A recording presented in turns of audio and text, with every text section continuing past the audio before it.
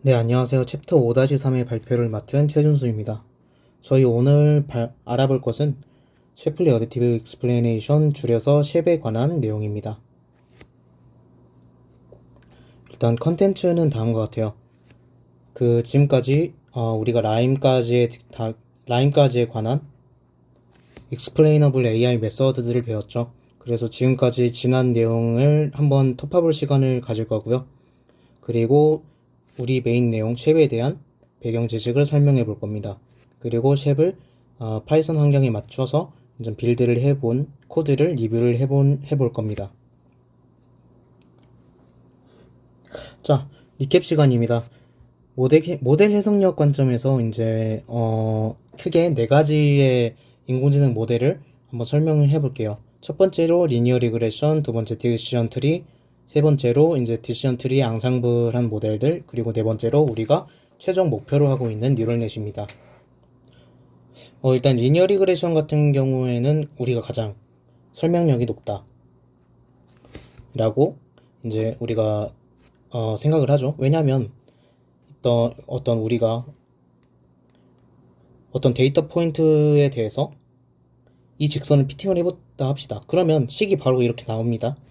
식이 바로 이렇게 나오는데 각각 설명 변수 x에 대해서 각각 회귀계수 베타 1부터 베타 p까지 각각 설명 변수에 대응하는 회귀계수들이 나오는데 이 회귀계수가 바로 얼마나 얘가 이 설명 변수가 반응 변수에 대해서 기여를 하느냐 이거를 바로 나타내 줍니다. 예를 들면은 뭐 y가 0.5 더하기 0.9 x1 더하기 0.2 x2 하면은 뭐 x1이 y의 값에 얼마나 기여를 했니? 그럼 그냥 이 0.9를 말해주면 되는 거고요. x2가 0.2만큼 뭐 기여를 했다 이렇게 말해주면 되는 겁니다. 그래서 바로 회귀계수 베타를 해당 변수의 해석력 지표로 사용이 가능해요. 그리고 두 번째로 이게 있습니다. 결정계수. R 스퀘어드 값이라고 하는데 이거는 이제 우리가 어떤 모델을 적합을 시켰을 때 얼마나 이 모델이 데이터 포인트에 대해서 잘 적합을 했느냐 이걸 나타내는 모델이 얼마나 설명력이 높은지를 나타내는 지표입니다. 이건 이제 어떻게 나타내냐면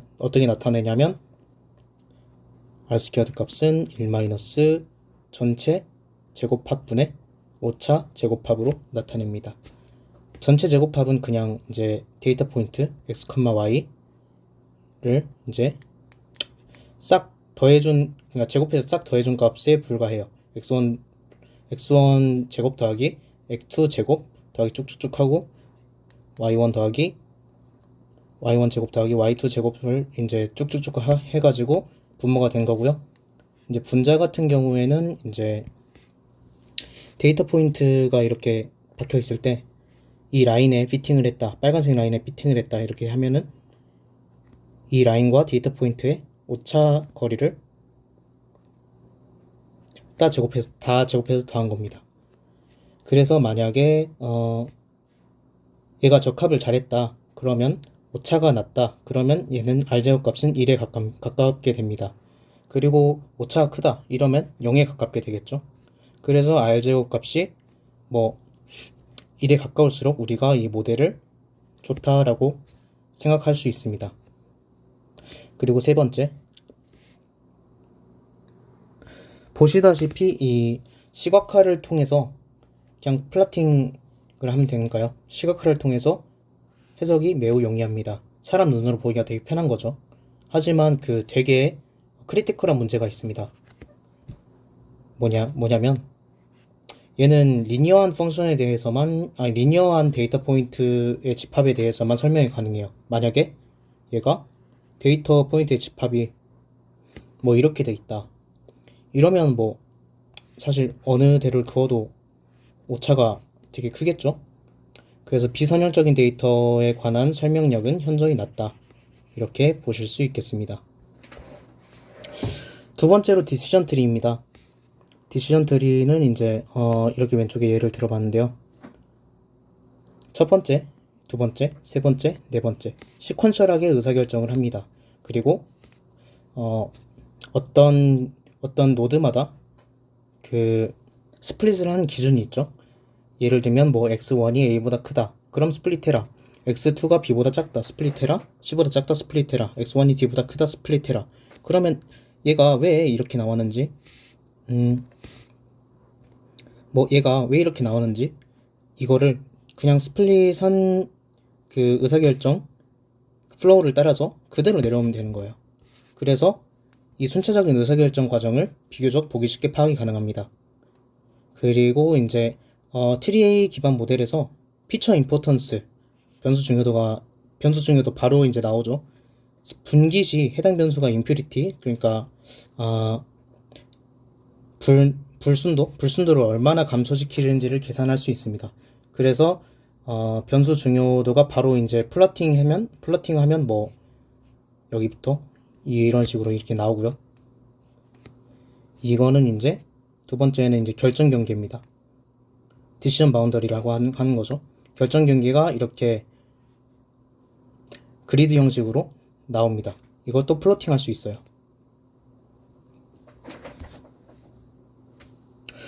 자, 다음에는 이제 트리 앙상블 모델들인데요. 이거는 이제 랜덤 포레스트, 엑스부스트, 라이트 GBM 이런 게 있습니다. 얘는 기본적으로 트리를 여러 개 만듭니다. 그래서 각각 이제 배깅이랑 부스팅이라는 단어가 있는데, 배깅 같은 경우에는 이 각각 트리를 각 하나의 객체로 뭐 이제 그냥 묶어서 얘를 그냥 나이브하게 평균값을 냅니다. 평균값을 내 가지고 아웃풋 값을 그 한 다음에 좀 더 좋은 일반적인 트리보다 단일 트리보다 성능이 좋은 아웃풋 값을 내는 거고요. 부스팅 같은 경우에는 뭐 이렇게 트리들이 시퀀셜하게 있습니다. 시퀀셜하게 있고 이 첫 번째 트리의 아웃풋이 두 번째 트리 인풋에 영향을 줍니다. 그래서 트리를 만들 때 시퀀셜하게 만들기 때문에 좀 더 얘가 그 배깅보다는 성능이 좋다고 이렇게 알려져 있고요. 이 랜덤 포레스트 경우가 배깅이고 엑스부스트랑 라이트 GBM 여기가 부스팅입니다. 사실 그 캐글 같은 거 해보신 분들은 아시겠지만 캐글에서 얘네들 엑스부스트랑 라이트 GBM 얘네들이 투탑이에요. 그래서 그 라이트 GBM을 쓰면은 진짜 랜덤 포레스트보다 성능이 좀 더 좋고 뭐 이런 식으로 되기 때문에 막 캐글에서 그 정형 데이터를 다룬다 하면은 무조건 그냥 라이트 GBM 한 번씩은 쓰시는 거 추천드립니다. 자, 그리고 일단 트리 앙상블 모델 같은 경우에는 단일 트리 모델보다 성능이 우수해요. 하지만 그만큼 설명력이 떨어집니다. 왜냐면 그 아웃풋이 각각 트리의 각각 트리의 아웃풋을 어떻게 시퀀셜하게 아니면 또는 뭐 나이브하게 평균을 내서 낸 거기 때문에 한 번 더 설명이 필요하다는 거예요. 그래서 설명력은 그만큼 떨어지지만 성능은 우수하고 이것도 트리와 동일하게 스플릿한 기준으로 변수 중요도를 계산 가능합니다.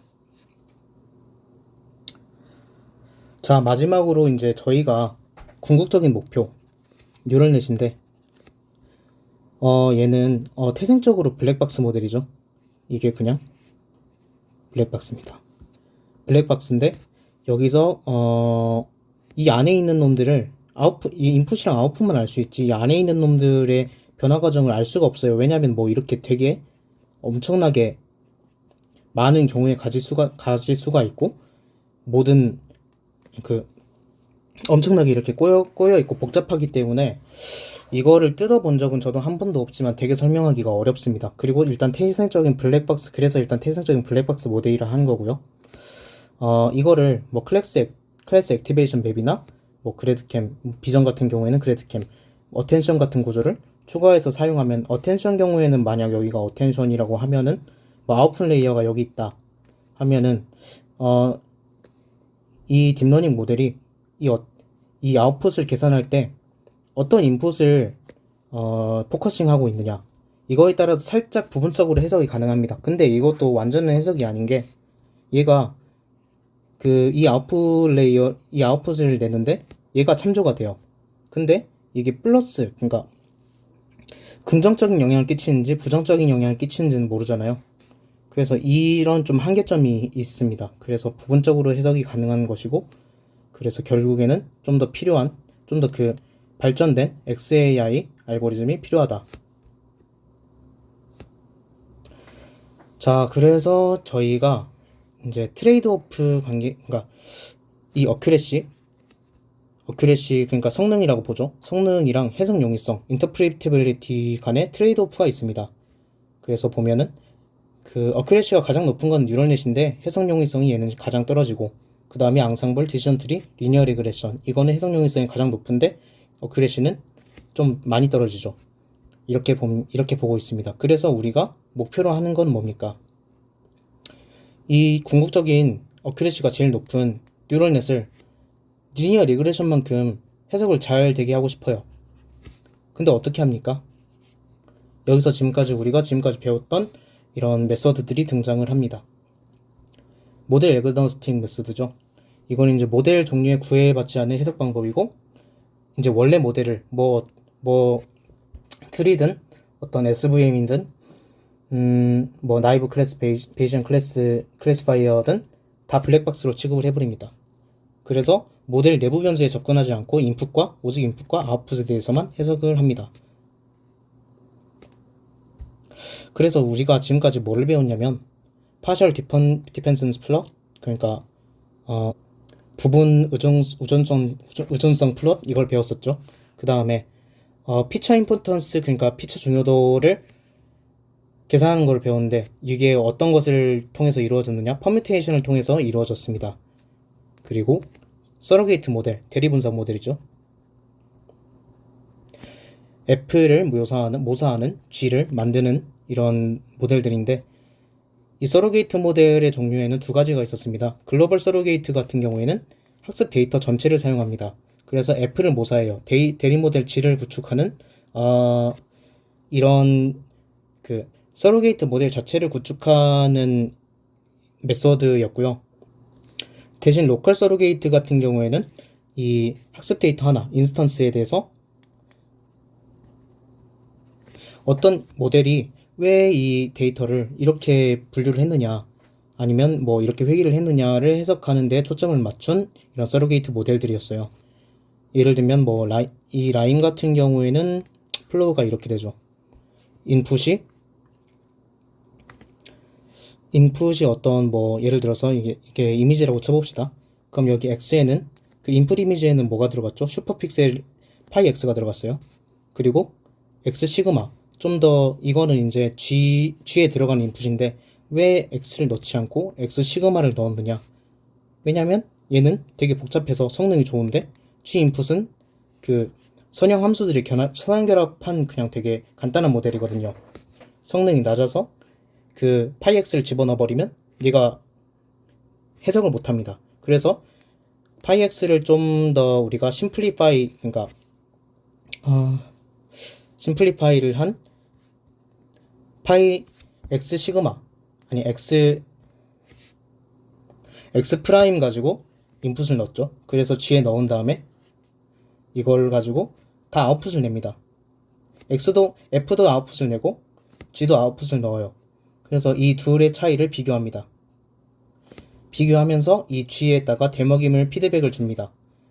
그래서 G가 최대한 F와 가깝게 만든 다음에 이 결과값을 내는 거예요. 그럼 이 아웃풋 자체는 explanation이 되죠. 왜냐면 얘가 되게 간단한 선형 함수들의 결합이기 때문에. 얘는 복잡해서 아웃풋에 대한 해석은 못하고요. 얘는 explanation이 G는 가능합니다. 그래서 F가 아웃풋을 통해서 프레딕션을 한 설명을 G가 해줄 수 있는 거예요. 이거는 이제 전 슬라이드에서 설명을 했고요. 저희가 배웠던 라임 같은 경우 일단 돌아가는 메커니즘이 첫 번째로 X를 고르는데 여기서 랜덤 샘플링을 했습니다.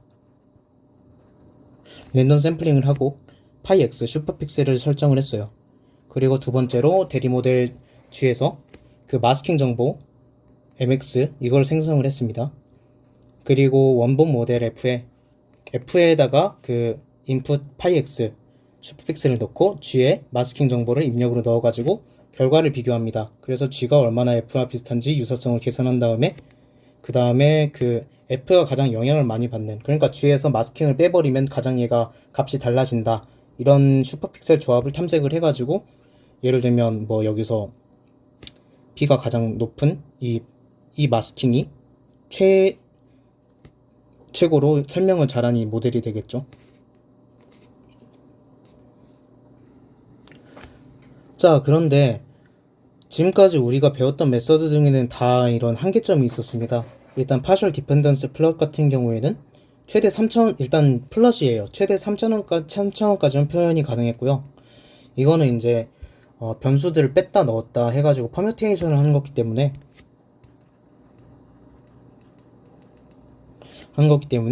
변수 간 상관성을 고려하지 않아요. 그리고 두 번째 퍼뮤테이션 피처 임포터스는 일단 그 어떤 값을 갖다가 다른 값으로 치환을 하죠. 근데 치환하는 변수가 랜덤합니다. 랜덤하기 때문에 결과가 일관되지 않아요. 그리고 이건 퍼뮤테이션 방법으로 샘플링을 하는 모든 이런 기법들의 단점이 피처들 사이의 다중 공선성, 코리니어리티라고 합니다.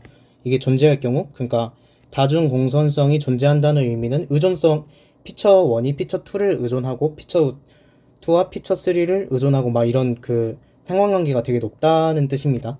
이게 존재할 경우 결과가 왜곡될 수 있어요. 그리고 피처 임포턴스 경우에는 음의 상관관계를 계산하지 않는데요. 이런 단점이 있었고요. 이거 두 개는 다 퍼뮤테이션을 통해서 샘플링하는 방법에 해당하고요. 그 퍼뮤테이션이 들어가는 모든 기법들은 이 피처들 사이에 다중 공선성이 존재할 경우 결과가 이제 왜곡이 됩니다. 이건 알아두시고요. 그리고 저희가 마지막으로 저번에 배웠던 라임은 이것도 샘플링 위치에 따라서, 그러니까 X를 어디에 잡느냐에 따라서 성능이 들쭉날쭉합니다. 그래서 이것도 불안정하죠. 그리고 G의 복잡도를 사용자가 직접 정해줘야 돼요.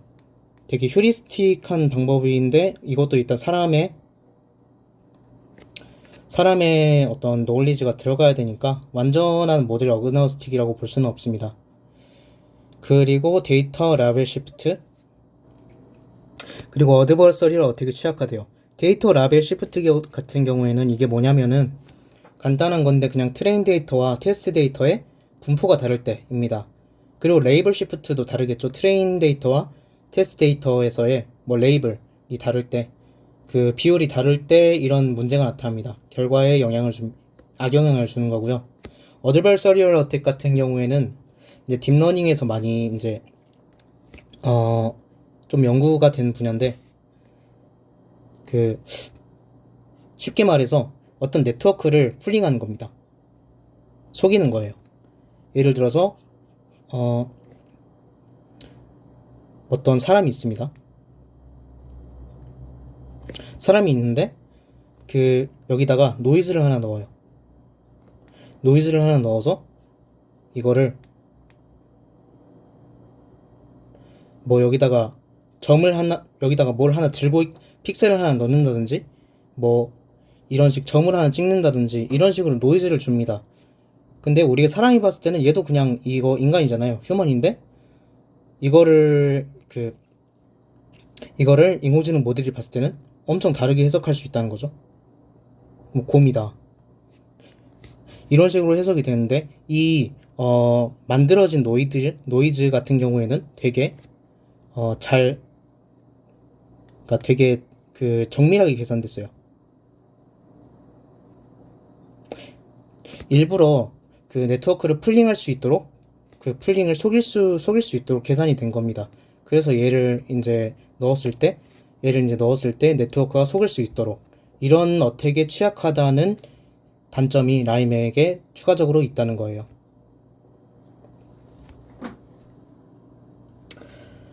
자, 일단 이제 우리가 메인 컨텐츠인 쉐프에 대해서 알아보도록 할게요. 일단 쉐프에 대해서 저희가 일단 설명을 하려면은 두 가지를 알아야 됩니다. 첫 번째로 쉐플리 값이고요. 두 번째는 어디티브하다는 게 뭔 뜻이냐, 이걸 알아야 됩니다. 일단 처음에 이제 쉐플리 값부터 설명을 드리자면, 쉐플리 값은 간단히 말해서 게임 이론을 바탕으로 게임에서 각 플레이어의 기여분을 수치화하는 값이에요. 이거는 이제 읽어보시고요. 그래서 공식이 이렇게 됩니다. 되게 어지러운데, 이 파이 i가 i번째 데이터의 쉐플리 값이고, m이 전체 참여자의 집합, s, 그리고 이놈들이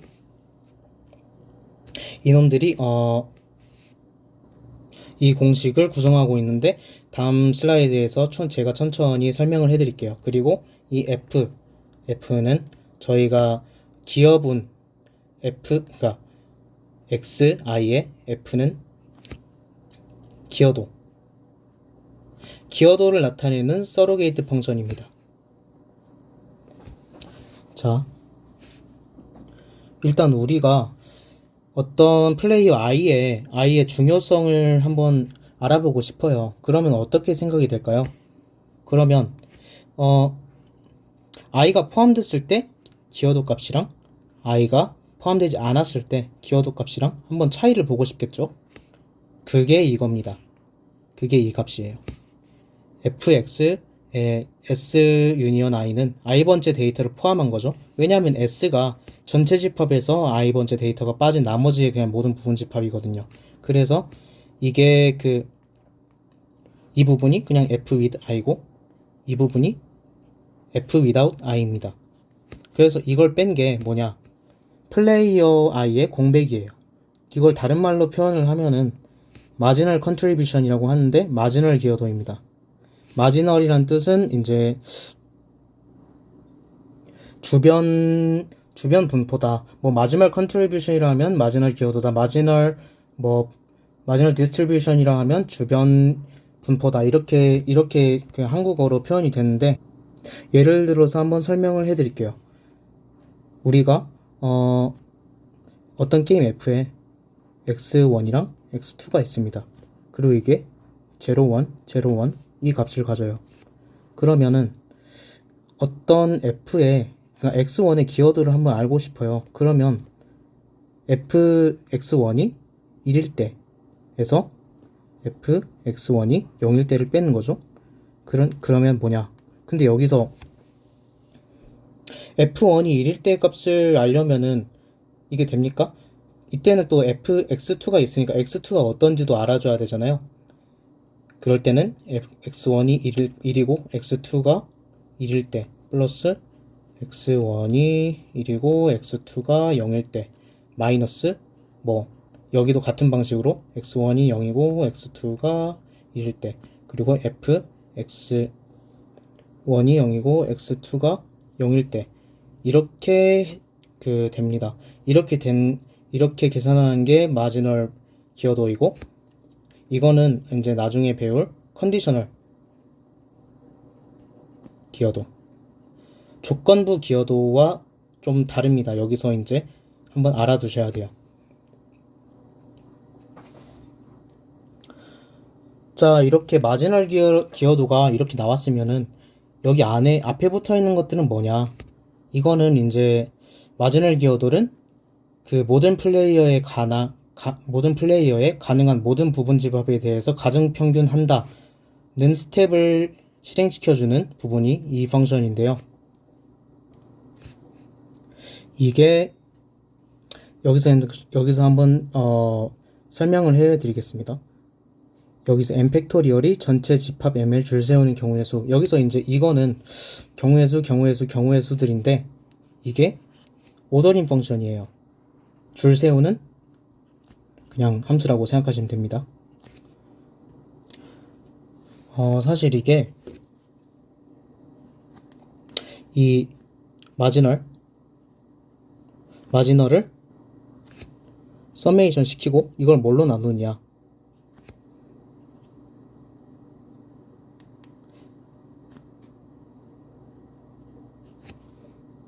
다시 이거를 뭘로 나누느냐? 그 m개에서 전체 집합 n개에서 이거를 s개와 n-s개로 나눠서 줄 세우는 방법을 이 경우의 수를 나누는 겁니다. 그래서 이게 어떻게 되냐? 이 분모만 한번 볼게요. 분모가 어떻게 되냐? 그러면 이거 그냥 간단히 s 팩토리얼 곱하기 n-s 팩토리얼 분의 n 팩토리얼이 되는 거죠. 그러면 이게 이제 분모로 가니까 이거를 다시 한번 정리를 해보면 전체 식을 정리를 해보면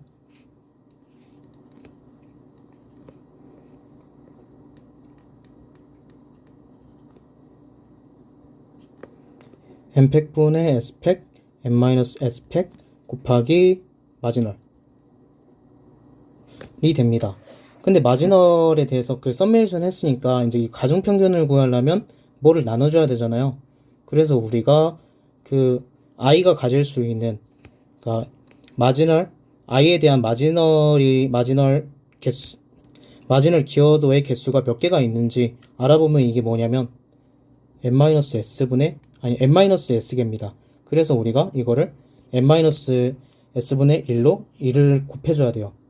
이거를 다시 가중평균을 하려면 왜냐 그 m이 그 전체 집합이고 s가 i를 뺀 집합이거든요. 그래서 n-s를 하면은 이게 그냥 i의 총 개수가 되는 거죠. 그래서 이렇게 식이 나오는 거고, 그러면 이제 서메이션을 하면은 다시 정리를 하면 그냥 n팩 분의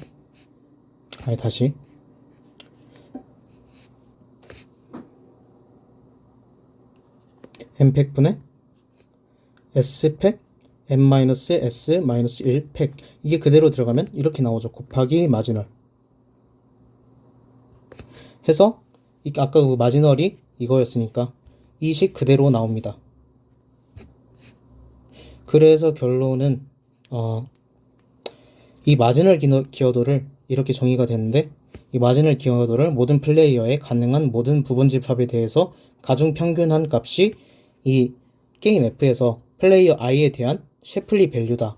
이렇게 정의가 됩니다. 좀 이해가 하기가 어렵죠? 자, 두 번째로 저희가 이제 셰플리는 알아봤어요. 근데 어디티브가 무엇이냐? 어디티브 메서드를 알기 위해서는 어디티브 피처 어트리뷰션 메서드가 이제 풀네임인데, 이거에 관한 설명은 이제 셰비 처음으로 등장했던 논문에 있습니다. 이거 링크 타서 이제 시간 남으신 분들은 봐주시면 될 것 같고, 여기서 정의가 어떻게 돼 있을까요? 데피니션이죠, 그냥. 정의는 이진 변수에 대한 다음과 같은 선형결합으로 정의된 함수이다. 이게 어디티브 피처 어트리뷰션 메서드래요. 이게 뭔 개소리냐? 여기서 보면은 간단히 설명을 하면은 F는 오리지널 모델입니다. 그러니까 사실 라임도 이 어디티브 피처 어트리뷰션 메서드 중에 하나예요. 그래서 라임의 모델을 그냥 그대로 그 플로우를 다시 설명을 하자면 F가 오리지널 모델이고 G가 서로게이트 모델입니다. 그리고 우리가 라임에서 어떤 슈퍼 픽셀 파이 x를 마스킹 픽셀 mx 이렇게 변환을 했잖아요. 이거를 이제 mx가 뭐 h 파이 x다 이렇게 나타낼 수 있겠죠. 그래서 다시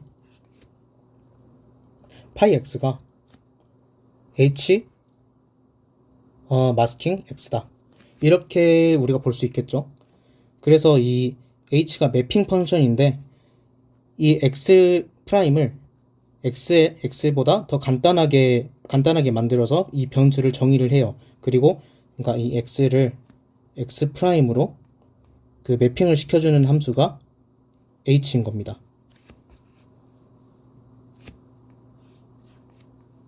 그리고 이제 어떤 또 z라는 값을 가정을 합니다.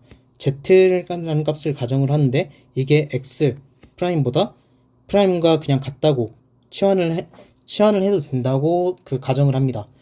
근데 여기 z 프라임의 값은 0과 1로만 되어 있습니다. 1은 인풋이 모델에 포함되었을 때 또 0은 아닐 때고요. 그래서 이렇게 되도록 그러니까 어떻게 되냐면 그냥 그 라임의 관점에서 보면은 Z 프라임이 그냥 마스킹이고 H Z 프라임이 슈퍼픽셀이잖아요. 그냥 이렇게 되도록 G를 학습시키는 방법을 우리가 어디티브 피처 애트리뷰션 메서드라고 부릅니다. 근데 그 어디티브 메서드가 갖는 그 바람직한 특성이 있어요. 이거를 세 가지가 있는데 세 가지를 다 만족시켜야 우리가 완전한 어디티브 메서드라고 부릅니다. 첫 번째는 로컬 어큐리시, 그러니까 우리말로 하면은 지역 정확성입니다. 수식은 뭐 이렇게 좀 복잡하게 돼 있는데 말로 풀어서 설명하면 심플리파이드, 그러니까 간단화된 인풋 x 프라임을 설명 모델 G에 넣었을 때 아웃풋 Gx 프라임은 원래의 인풋에 대한 아웃풋 fx와 차이가 거의 없어야 되죠. 그러니까 Gx 프라임이 fx랑 거의 같아야 된다. 이거 뭐 당연한 거죠. 그 라임 같은 경우에도 그 fx에 가장 근접하도록 G를 했으니까, G를 피드백을 줬으니까요. 그래서 이거를 좀 간단하게 표현을 하자면은 뭐 선수들 x'이의 득점을 합치는 함수가 뭐 g라고 봅시다. 그러면 이제 그거는 팀의 총 득점, 그러니까 fx와 같아야 돼요. 이렇게 설명하시면 또 될 것 같고, 이렇게 생각하시면 될 것 같고, 만약에 제가 뭐 회사 사장이에요. 회사 사장이고 회사를 뭐 운영을 하고 있는데 직원들이 매출이 있을 거 아닙니까? 직원들이 뭐 기여하는 매출이 있어요. 그래서 그 직원들이 돈을 다 벌어오는데 그 직원들이 돈을 다 벌어오는 그 합이 회사 전체 매출이 돼야 된다는 거죠. 네, 뭐 이런 식으로 이해하시면 될 것 같고요. 두 번째는 미싱네스입니다. 이거는 이제 한국어로 번역하기는 좀 뭔지 모르겠어 그냥 미싱네스라고 할 건데, 없는 또는 없어진 피처는 어트리뷰션 값도 0이 되어야 돼요.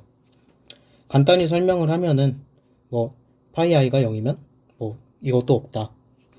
경기에 참가하지 않는 선수는 득점이 0이 돼야 된다. 어찌 보면 당연한 소리죠. 일을 안 하면 매출도 0이어야 되고 이런 일이죠. 자, 그리고 마지막으로 컨시스턴시, 일관성이 있습니다. 모델이 변경돼서 피처의 마지널 기여도가 변경되거나 유지된다면 이 셰플리 값도 같이 변경되거나 유지되어야 한대요. 그래서 이걸 자세히 설명을 하면은 매번 똑같은 방식으로 경기를 뛴다. 뭐 농구 같은 경우에서 경기를 뛴다면 득점도 똑같아야 되고요. 예전과 다른 방식으로 경기를 뛴다면 경기라는 게 뭐 경기를 뛴다. 이게 뭐 G라고 하고 득점 FF. 득점도 달라져야 한다. 다른 방식으로 경기를 뛰면 득점도 달라져야 한다. 뭐 이런 거죠. 뭐 아니면 이렇게 생각해도 되겠네요. 우리가 뭐 시험을 보는데 문제를 풉니다.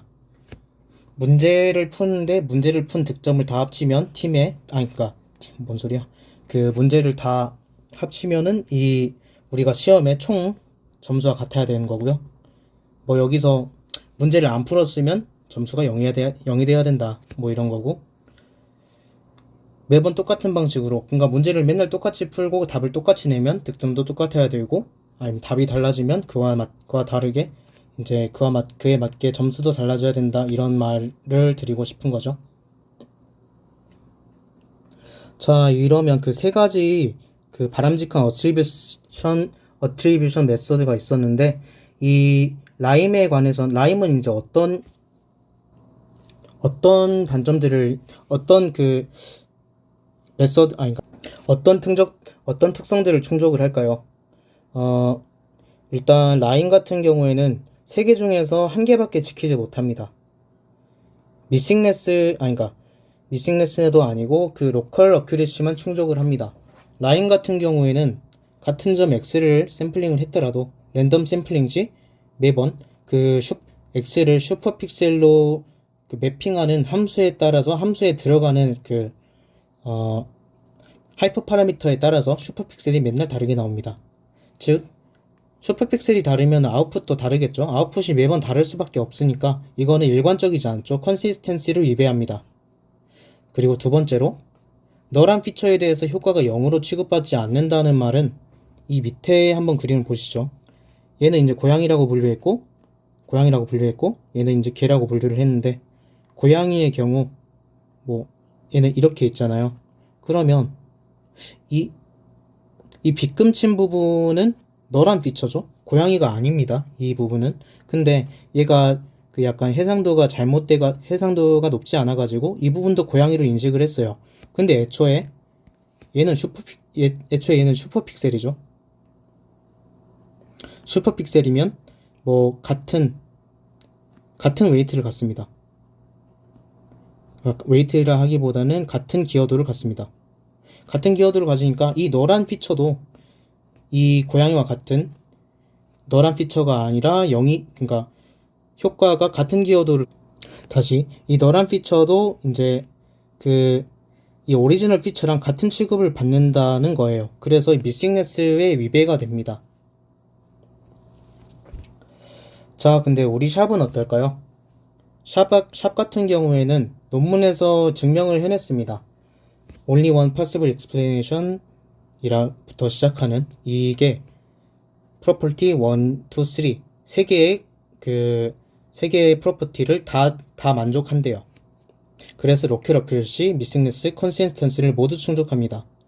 즉 라임에서는 로컬 어큐러시밖에 충족을 못했는데, 그래서 발견되는 문제들이 많았어요. 그래서 근데 이 쉐의 경우에는 라임에서 발생하는 문제들을 해소했죠. 그래서 정리를 하자면은 쉐입은 셰플리 밸류를 사용합니다. 그리고 어디티브 메서드의 특성을 모두 만족시키는 설명 기법입니다. 이렇게 정의가 될 수 있겠고요. 쉐 밸류 같은 경우에는 셰플리 밸류랑은 다릅니다. 이거는 어떻게 정의가 되냐? 여기 이걸 보시면은 이게 기분 S죠. 기분 S, 그리고 이 expectation입니다. 그리고 이게 셰플리 밸류고요. 그래서 이게 뭐냐? 그러니까 이 S 집합이 주어질 때의 셰플리 밸류의 조건부 기대값, conditional expectation입니다. 이건 이제 뒤에서 나올 marginal expectation이랑 다릅니다. 그래서 이 쉐베는 여러 가지 베리에이션이 있는데요. 이 커널샵 같은 경우가 이제 되게 처음에 이제 논문에서 저자가 처음으로 소개했던 이런 모델입니다. 이거 같은 경우는 어떻게 구성이 됐냐? 리니어 라임 플러스 셰플리 밸류예요. 라임 플러스 셰플리인데 일단 라임을 사용했기 때문에 되게 모델 어그노스틱합니다. 그래서 어떤 모델이건 적용이 가능해요. 이건 되게 메리트죠. 근데 각 인스턴스마다 셰플리 커널이라는 걸로 매핑을 해야 됩니다. 이거는 이제 셰플리 커널에 대해서 자세히 설명드리진 않을 거고요. 궁금하신 분은 논문을 보시면 될 것 같습니다. 그래서 각 인스턴스마다 커널 같은 걸로 매핑을 시켜요. 그래서 계산 속도가 느립니다. 그래서 이 시간 복잡도가 어떻게 되냐, 이렇게 되는데, 여기 보시면은 이에 거듭 제곱이 들어가 있죠. 여러분도 아시다시피 이에 거듭 제곱이 들어가면 시간 복잡도가 그냥 꽝이라는 겁니다. 엄청나게 높다는 거예요. 여기서 보시면은 트리의 개수가 t고, l이 트리의 최대 입수, 그리고 m이 특성수예요. 그래서 특성이 10개만 돼도 이게 10승이 돼버립니다. 기하급수적으로 올라가 버리죠. 이거를 해소하기 위해 이제 저자가 만든 게 트리 쉐입입니다. 이거는 트리 베이스드 모델에만 적용이 되는 거예요. 자, 트리 베이스드 모델 같은 경우에는 일단 피처 임포턴스를 구할 수가 있었죠. 근데 피처 임포턴스가 랜덤 그러니까 퍼뮤테이션을 통해서 구하기 때문에 맨날 뽑을 때마다 피처 임포턴스가 다르게 나왔습니다. 근데 트리 쉐입의 경우에는 스플릿 순서와 무관하게 일관된 피처 임포턴스를 계산할 수 있어요. 이게 다른 점입니다. 그리고 각 트리마다 conditional expectation 이걸 구합니다. 그리고 그 여담으로 말씀드리자면 이거는 marginal expectation. 마지널 익스펙테이션을 여기 커널 샵은 구하고 트리 샵은 컨디셔널 익스펙테이션을 구합니다. 그래서 이거를 다 더해서 최종값을 산출하고요. 시간 복잡도는 아까 이 M승에서 D로 그냥 특성 트리의 최대 깊이 이걸로 나타냈죠. 이걸로 바뀌었죠. 엄청나게 시간 복잡도를 낮췄습니다. 그리고 딥셉 같은 경우에는 뉴럴 네트워크 베이스로 한 모델에 대해서 적용이 됩니다. 자, 그래서 이 경우가 트리셉의 적용 모습인데요. 이 그림을 보시면은 모델이 두 개가 있습니다. 모델 A랑 모델 B가 있는데 여기서 아웃풋을 계산하는 정도가 살짝 달라요. 얘는 이거고 얘는 이겁니다. 그래서 살짝 다를 때 우리가 그 쉐입의 경우 인디비주얼라이즈 그러니까 개별 인스턴스랑 글로벌한 모델 자체를 둘 다 설명할 수 있어요. 그래서 트리셉의 경우 그 모델이 좀 달라져도 이렇게 어트리뷰션 값이 크게 변하지 않았다. 이렇게 할 수 있었는데 뭐 뒤에 나오는 사바스라는 놈은 20이었다가 40이 되고 뭐 40이었다가 25가 되고 그래서 되게 그 인컨시스턴트하다 이렇게 볼 수 있겠네요. 그리고 두 번째 글로벌한 경우 모델 설명에 대한 경우에도 트리셉의 경우에는 모델이 달라져도 크게 변화가 없었는데 뭐 개인을 통해서 스플릿 할 때나 아니면 스플릿 카운트를 통해서 그 피처 임포턴스를 구할 때나 퍼뮤테이션을 통해서 이렇게 구할 때나 각각씩 좀 달랐던 걸로 그 트리셉보다는 일관되지 않은 결과를 보여주는 걸로 이렇게 파악이 됐습니다. 자, 이번에는 딥셉의 적용 모습인데요. 보시면은 이거는 이제 도요새인데 이렇게 그 라임에서 했던 거랑 비슷하게 얘가 이 클래스를 왜 도요새로 비교를 인퍼런스를 했느냐 이 값에 이 빨간색이 찍힙니다. 근데 이 빨간색이 뭐냐면은 쉐밸류인데 쉐밸류가 이쪽으로 갈수록 그 긍정적인 역할을 했다는 거고요. 쉐밸류가 이쪽으로 갈수록 부정적인 역할을 했다는 겁니다. 그래서 그 도요새 이게 도요새인데 도요새가 도요새 클래스로 분류됐을 경우에는 이런 불이나 이런 경우가 다 빨간색 긍정적인 영향을 줬죠. 대신에 레드백드 샌드파이퍼는 뭔지 모르겠네요. 아무튼 다른 클래스인데 이렇게 봤을 때는 자세히 보면은 파란색 좀 푸르스름합니다. 이런 것들이 다 쉐밸류를 낮췄다.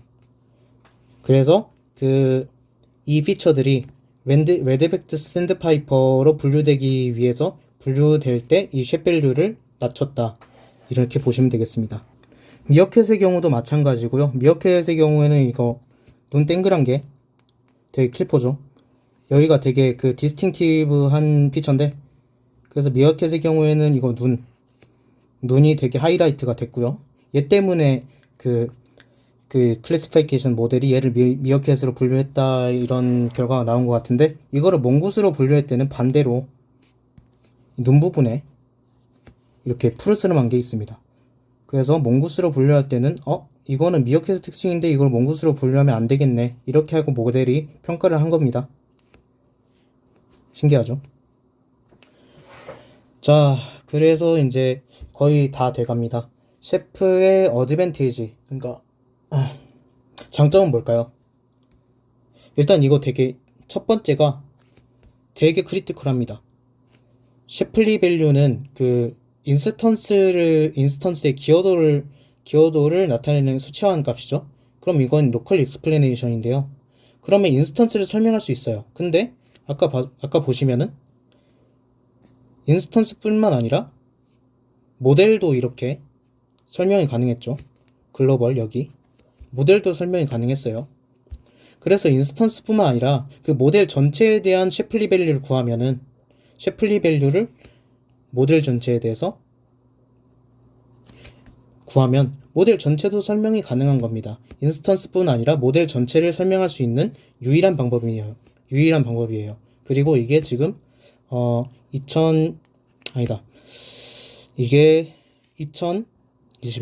9월 18일 소타입니다.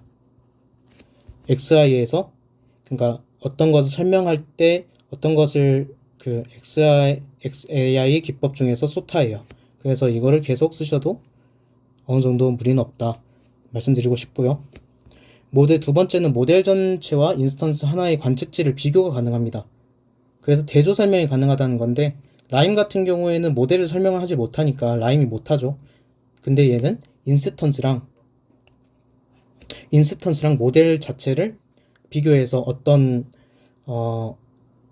인스턴스만 설명했을 때랑 모델을 설명했을 때랑 차이점에 대한 대조 설명이 가능합니다. 그리고 세 번째, 쉐입에 톨을 달지 못하는 이유가 있어요. 이론적 기반이 탄탄합니다. 아까 말했듯이 어디티브 메소드의 세 번째 특징이 있었죠. 첫 번째 로컬 어큐레시, 두 번째 미싱네스, 세 번째 컨시스턴시.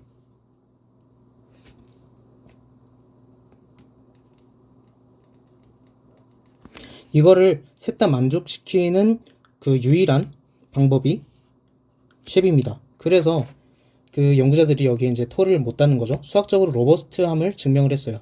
그리고 마지막 네 번째, 트리쉐입의 경우에는 트리 기반 모델을 신속하게 구현할 수 있습니다. TLT 시간 복잡도가 이거였죠. 그래서 되게 그 뎁스만 있으면은 충분히 1차원적으로 구현이 가능하다는 거고요. 대신에 샵에도 단점이 있습니다. 일단 저자가 처음으로 그 발표한 커널 쉐입의 경우에는 연산량이 너무 많아요. 이에 M승이 들어갔죠. 연산량이 너무 많고요. 두 번째는 피처의 종속성을 무시합니다. 종속성을 무시한다는 게 있음 특성과, 그러니까 1이죠. 없음 특성 0 사이의 종속 구조를 무시해요. 이게 뭔 뜻이냐, 예를 들어서 제가 롤에 대해서 설명을 해보겠습니다. 리그 오브 레전드 안 하시는 분들한테는 죄송합니다. 아니다. 농구에 대해서 설명을 해볼게요. 자, 이렇게 5명이 있습니다. 5대5죠. 5대5 게임인데, 농구가 만약에 여기 센터에 있는 놈의 임포턴스를 알고 싶어요. 그러면 얘를 빼겠죠. 얘도 퍼뮤테이션 방법이니까 얘를 뺐으면은 만약에 얘가 나머지 득점을 어떻게 했냐, 이거를 1, 2, 3, 4, 5 이렇게 합시다. 우리가 알고 싶은 게 5번의 피처 임포턴스예요. 1번이 득점을 5점 했습니다. 2번이 득점을 4점, 3번이 득점을 2점, 4번이 득점을 3점, 5번이 득점을, 얘가 제일 잘해요. 주장입니다. 그래가지고 10점 했어요. 얘가 대빵이에요. 주장. 근데 얘가 없어진다고 해서, 얘가 없어지면, 그러면 이렇게, 얘가 없어지면 팀의 점수가 그냥 5 더하기 4 더하기 2 더하기 3 이게 될까요? 자, 농구가 5명 게임인데 4명이 들어간다. 그러면 1번, 2번, 3번, 4번 선수가 각자의 5점, 4점, 2점, 3점이라도 얻을 수 있을까요? 그러니까 좀 불리하겠죠? 사실 얘가 5점 맞을 걸 3점 맞고, 4점 맞을 걸 2점 맞고, 1점 맞고, 1점 맞고 해가지고 사실상 얘가 정신적 지주였는데 막 얘가 안 나오니까 성적이 더 떨어질 수가 있다는 뜻이겠죠.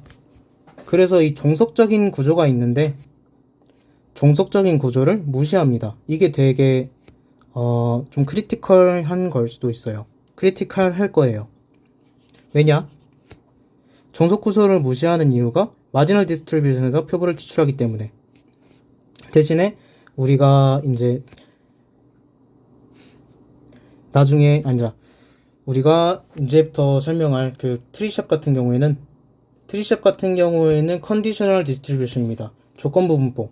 조건부 분포 같은 경우에는 종속 구조까지 포함해요. 그래서 트리샵이나 아니면 딥샵 같은 경우에는 컨디셔널 디스트리뷰션에서 조건부 분포에서 샘플링을 하기 때문에 이 종속 구조를 무시하는 문제에 대해서 좀 더 안전하다 이렇게 말씀드릴 수 있겠습니다. 그리고 마지막 이제 단점은 셰플리 값의 단점을 그대로 적용하는 건데, 왜냐하면 이 셰플리 어디티브 익스플레이션 이게 셰플리 값을 베이스로 하기 때문이에요. 뭐냐면 데이터가 추가될 경우 이를 설명하기가 어렵습니다. 그리고 이 값을 대체하기 위한 가상의 데이터를 만들어야만 이 문제를 해결할 수 있습니다. 그리고 두 번째로 셰밸류입니다. 아까 셰밸류는 셰플리 밸류랑 다르다고 했죠. 셰밸류는 그 셰밸류의 경우 그냥 이렇게 생각하시면 안 되겠죠. 그 i가 포함됐을 경우에 기여도랑 i가 포함되지 않았을 경우에 기여도를 그냥 차이 낸 거다. 이건 아닙니다. 이게 아니고 다른 피처들 간의 조합으로 생산 예측값에서 해상 피처의 기여도를 가중평균에서 계산한 셰플리 값이 있죠. 셰플리 값이 있는데 셰플리 값에서 그 s가 주어졌을 때 기분 s일 때의 조건부 기대값, 이게 셰밸류입니다. 그러니까 셰플리의 컨디셔널 익스펙테이션인 거죠. 자, 여러분 여기까지 오시느라 수고 많으셨고요. 이제 쉐입에 대해서 진짜 간단하게 리캡을 해보자면 그냥 셰플리 어디티브 익스플레이네이션이라 하면 셰플리 값을 베이스로 한 어디티브 메서드의 세 가지 특성을 다 만족시키는 익스플레이네이션 방법이다. 이렇게 생각하시면 되겠습니다. 이렇게 기억하시고 가시면 좋겠습니다. 자, 그리고 제가 이제 다음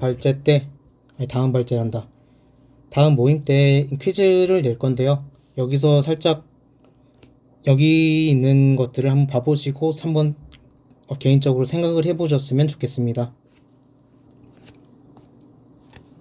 자, 제가 참조한 레퍼런스는 다음과 같은데요. 이게 이제 쉐입이 처음